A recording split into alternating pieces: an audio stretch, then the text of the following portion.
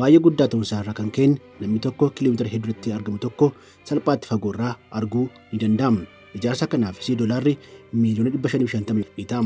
Iddoo kana daawwachuuf guyyaa guyyaadhaan hordoftoonni amantichaas ta'e kan biraa 1000tti lakkaa'aman kutaa addunyaa hundarraa yaa'uun dhufu. Kun masjiida bareedaa fi guddaa addunyaa kanaati.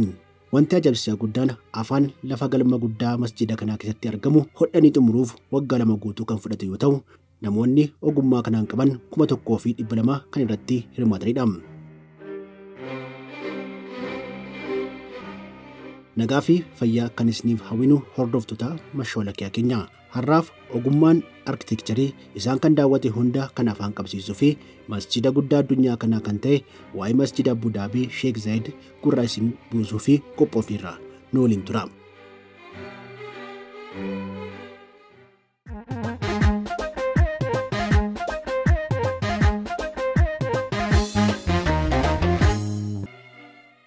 Magaalaa guddoo gamtaa Emireetota Arabaa kan taate Abuu Daabiitti kan argamuu fi buufata xiyyaaraa muummiirraa imala daqiiqaa 30 kan qabu akkasumas bareedinaa fi guddummaa isaatiin addunyaa kanarraa dorgomaa kan hin qabnedha. Masjiidni Sheek Zayid.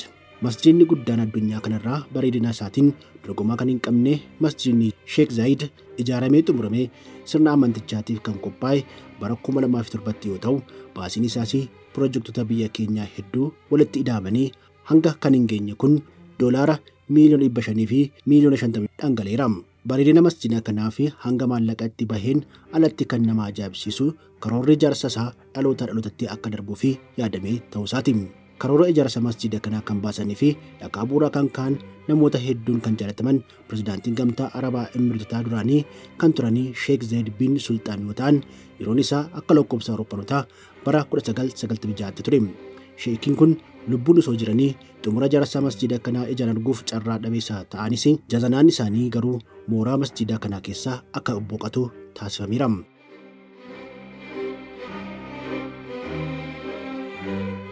Arkitekchariin yookiin diizaayinii masjiida Sheekuun biyyoota addunyaa garaagaraarraa masjiidota gurguddoo kan akka Taaj Mahaalii fi kan Paakistaan masjiida Leehoree irraa ogummaan ijaarsaa fudhatamaniin kan ijaaramee fi namoonni hedduun addunyaarraa walitti yaa'uun iddoo daawwatanii fi bakka amantaa baay'ee hawwatamuusidha. Minaaraawwan 82 kan qabuu fi baay'ee guddaa ta'uu isaarraa kan ka'e fageenya kiiloomeetira hedduutti namni argamu tokko salphaatti rakkoo tokko malee ijaan arguu ni danda'ama. Bareedinni guddaanii fi jalqabaa ija namaa kan hawwatu bifa isaa cabbii fakkaatudha. Dabalataanis bifa biilaaliin kan ijaarame galmii guddaan halluu cuquliisaa qabu innaa itti dabalamu immoo haamilee gammachuu ol kaasa. Diizaayiniin gamoochaas buphaatiin kan ijaaramee fi ijaaf baay'ee kan nama hawwatu yoo ta'u, bal'inni waliigalaa kaaree meetira 400 fi 20 fi 800dha.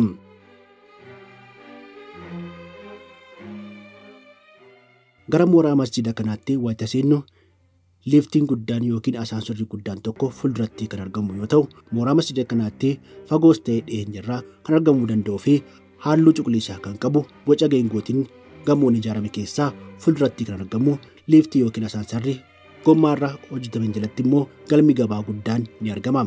Galma gabaa kana keessatti suuqiiwwan hedduun kan argaman yoo ta'u, baay'inaan kan itti gurguraman immoo uffata aadaa musliimaatiin. Galteewwan uffata aadaa kanneen ittiin hojjetaman yoo ilaalle gatii guddaa kan qaban ta'us sababii gatii xiqqaan akka gurguraman kan taasifamanis namoota hedduu fi ajaa'ibadha.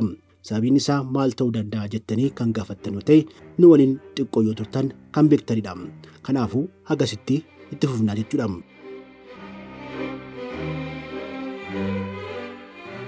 Seenaa masjiida kana irratti diizaayinii masjidichaa teeknooloojii 3D'dhaan xinnaatee hojjetamee daawwattootaaf kan kaa'amee fi masjidicha suuraadhaan namoonni fudhachuu fedhanii fi kan kaa'amedha. Fakkii masjiida muummee kanaa xiqqoo darbee immoo fuulduratti qajeelfamni akkaataa uffannaa barreeffamee gurguddaa fi suuraan deeggaramee afaan Ingiliffaa fi Arabaatiin tarreeffamee jira.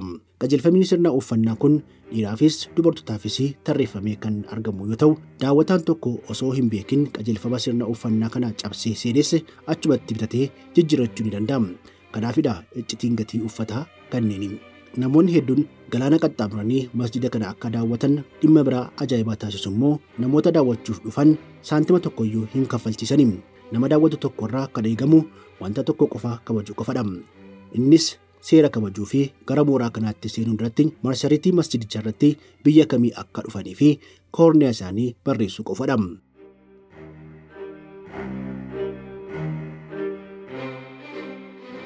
Bakka ajaa'ibsiisaa kanatti sirna amantaa naamusa qajeelfamaa akkaataa uffannaa kan bu'uureffate waan ta'eef akka barannetti qaama keenya uffannaa agarsiisu uffachuun dhorkaadha. Kanaan alatti qajeelfamni uffannaa dhiirotaafis tarreeffame hagas cimaa miti. Dubartoonni garuu akkaataa amanticha ajajuun dirqama sirna uffannaa rifeensa mataa dhoksu uffachuun kan isaan irraa eegamu yoo ta'u, sirna uffannaa qaama isaanii agarsiisuu fi boca qaama isaanii cimsee agarsiisu uffachuun gonkumaa hin eeyyamamu. Kun dubartootaaf qofa osoo hin taane dhiirotaafis immoo surrii gabaabaa yookiin qumxaa fi tiishartiin hin eeyyamamu. Masjida kana keessatti dhiirrii fi dubartiin harka wal qabatanii deemuu akkasumas qaama wal tiksisuun yookiin wal haammachuun hin eeyyamamu.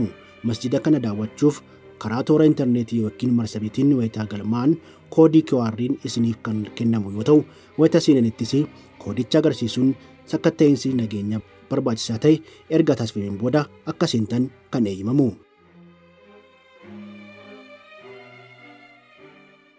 Wanti biraan of eeggachuu qabdan ani daawwataadha jettanii mooraa kana keessatti suuraa akka barbaadanitti ka'uu dhorkaadha. Inumaayyuu bakkawwan suuraa kaasuuf eeyyaman adda bahanii ifaan kan kaa'aman waan ta'eef turistoonni addunyaarraa yaa'anii dhufan bakka eeyyamame kana qofatti suuraa ka'uutu irraa eegama. Waa'ee suuraa ka'uu kaasuun keenya erga hin hafne dhimma guddaa fi beekamuu qabu tokko daawwataan yookiin hordofan amantichaa masjida kana daawwachaa jiru.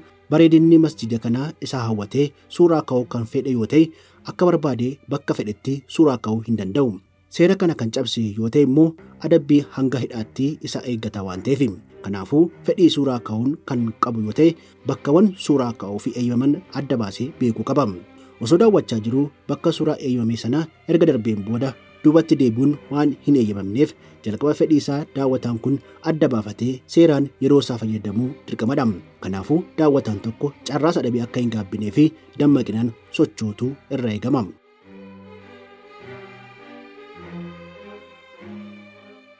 Masjida guddaa addunyaa keenyaa kana daawwachuu jalqabne malee walakkaayyuu hin geenye. Itti fufunuka. Gara masjida kanaatti kan seenamu daandii lafa jalaatiin hojjetameen fayyadamuun yoo ta'u, bitaa fi mirga daandii kanarratti barreeffamawwan amantaa fi aadaa hedduun akkasumas suuraawwan masjida kanaa ibsawwan waliin keenya irratti ni mul'atu. Suuraawwan bitaa fi mirgaa daandii kanarratti jiran galmeewwan seenaa masjidaa kun eessaa ka'ee sadarkaa kanarra akka ka'e kan ibsan qaba. Masjidni kun eegumsa nageenya cimaa waan qabuuf daawwattoonni yaaddoo tokko malee fedhii isaanii akka guutatanii fi jecha qajeelfamootaa fi seerawwan nageenyaa cabsuun tarkaanfii ariifataa fi saaxiluu akka danda'u yeroo hunda sammuutti qabachuun dirqamadha. Kutaalee keessoo masjida kanaa wayita daawwatanitti baaxii fi minaarawwan masjidichaa fi xiyyeeffannoo kennuun akka daawwatan gorsi ni kennama. Sababiin isaas diizaayiniin ittiin hojjetamanii fi faayaawwan ittiin bareedan eessumaayyuu argachuu fi rakkisaa waan ta'eefidha. Masjida kana keessatti kutaalee kadhannaaf tajaajilan adda addaa kan argaman yoo ta'u, masjidni bareedina isaatiin addunyaa kanarraa dorgomaa hin qabu jedhamu kun maaliif moggaasa akkasii akka kennamee fi kan calaqqisan kutaalee lamaan mee haa daawwannu.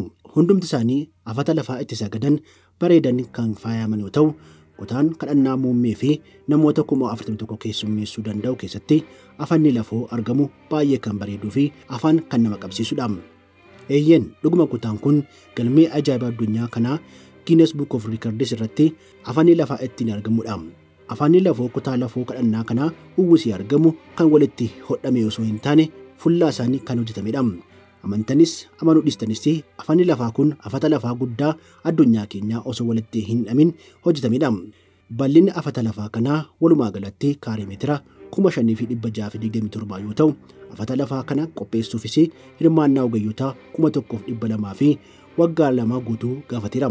Afanni lafaa kun jirbii Iraanii fi Niwuziilaand irraa dhufeen kan oomishame yoo ta'u, ulfaatinni isaas toonii 35 yookiin kiiloogiraama 35,000dha. Kanaanis afata lafaa guddaa addunyaa kanaa jedhamee galmee ajaa'ibaa Guinness Book of Records irratti akka galmaa'u taasiseera.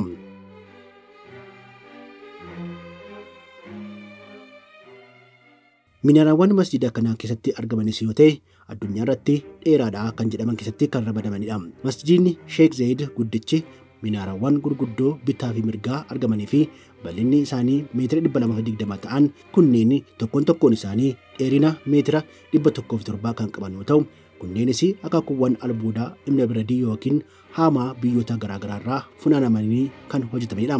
Balballi munee minaaraawwan kunneenii gidduutti argamu boca buphaatiin kan hojjetaman, jalaan boca jallina hin qabneen kan hojjetamee fi diizaayinii qaawwaa furtuu qabuun kan ijaaramedha.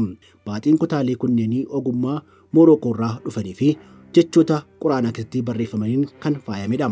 Jechawwan quraanarraa fudhataman akkaataa barreeffamawwan arabaa adda addaatiin kan barreeffamanii fi baay'ee kan bareedanidha.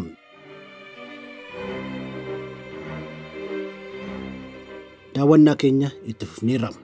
Galma muummee masjidichaa itti sagadan yookiin kadhatan Sahan jedhama. Masjidni guddaan Sheek Zayed baantii yookiin doom boca geengoo qabu 82 kan hojjetameef yoo ta'u, hundumti isaanii hanga adda addaa qabu. Kunneen keessaa inni guddaan baaxii galma kadhannaa muummee irratti kan hojjetamee fi bal'inni isaas diiyaameetira meetira 32.6, dheerinni isaa immoo meetira 84dha. Bantiin kanaan alatti kan jiru bocni kutaan itti sagadan yookiin sahaniin boca roga afurii kan qabu yoo ta'u, bal'ina kaaree meetira 17,400 qaba. Kutaan kun al tokkotti namoota 41,000 keessummeessuu kan danda'udha. Fiixee bantii masjidii kanarratti bocni walakkaan ji'aa fi urjii kan hojjetame yoo ta'u, makaa warqii fi cirrachaatiin hojjetamanii baay'ee kan bareedanidha. Masjida kana keessatti walumaa galatti utubaawwan 1,996 siqan kan argamanii fi kutaaleen lafa jalaa masjida kana keessatti utubaawwan argaman akaakuuwwan abaaboo giddu gala bahaatiin kan faayamanidha.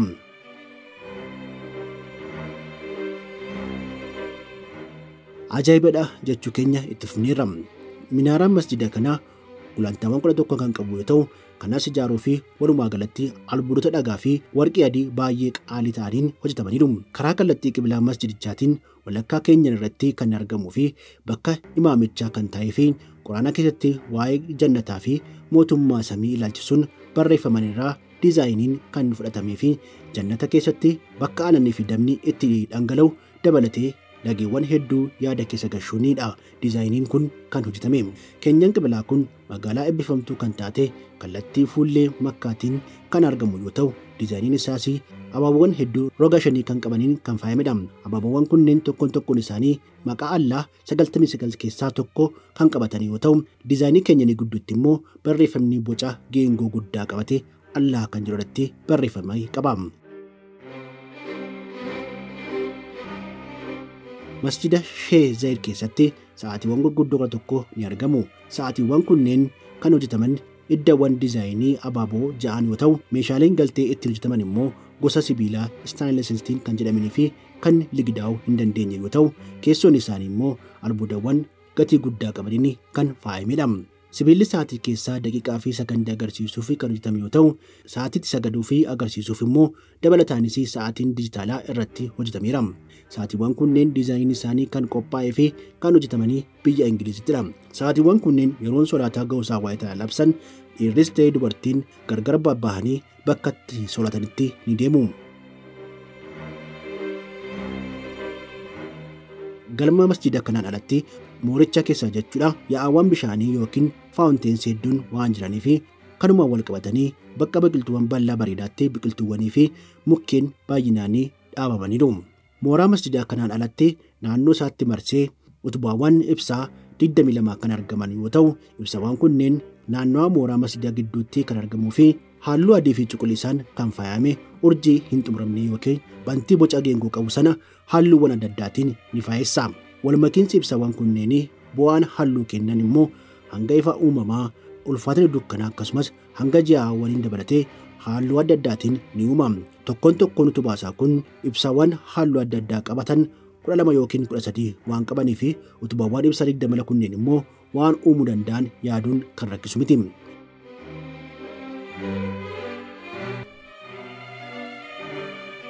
Yeroo halkanitti baaxii masjidichaa ibsaadhaan nama ilaaluu fi urjiiwwanii fi pilaanetota gaalaksii dhiyeenyatti akka ilaalutti haamilee nama hora. Yeroo galgalaatti iddoon bishaan itti daakan osoo hin hafin bareedina yeroo guyyaa qabaatanii dachaa faayamanii kan argamanii fi daawwatamuu kan qabudha.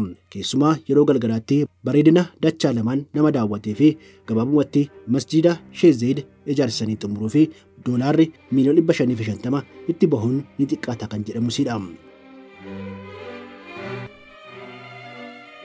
chaanalii keenyaan osoo dhiyaate yookiin beekne kan jettan yoo qabaattan eeruu keessan iddoo yaadatti kaanitti akka nuuf keessan kabajaan isin gaafanna. Hojiiwwan gaggaarii qabannee akka dhiyaannuufis sabiskiraayibii fi sheer gochuun chaanalii keenya kanas namoota biroo biraa akka ga'uu fi osoo nu deeggartanii jecha chaanalii keenyaafis namoonni haaraa taatan sabiskiraayib gochuun akka nutti makamtan kabajaan isin gaafanna. Bakka jirtanitti nagaa fi jaalala isin hawwina.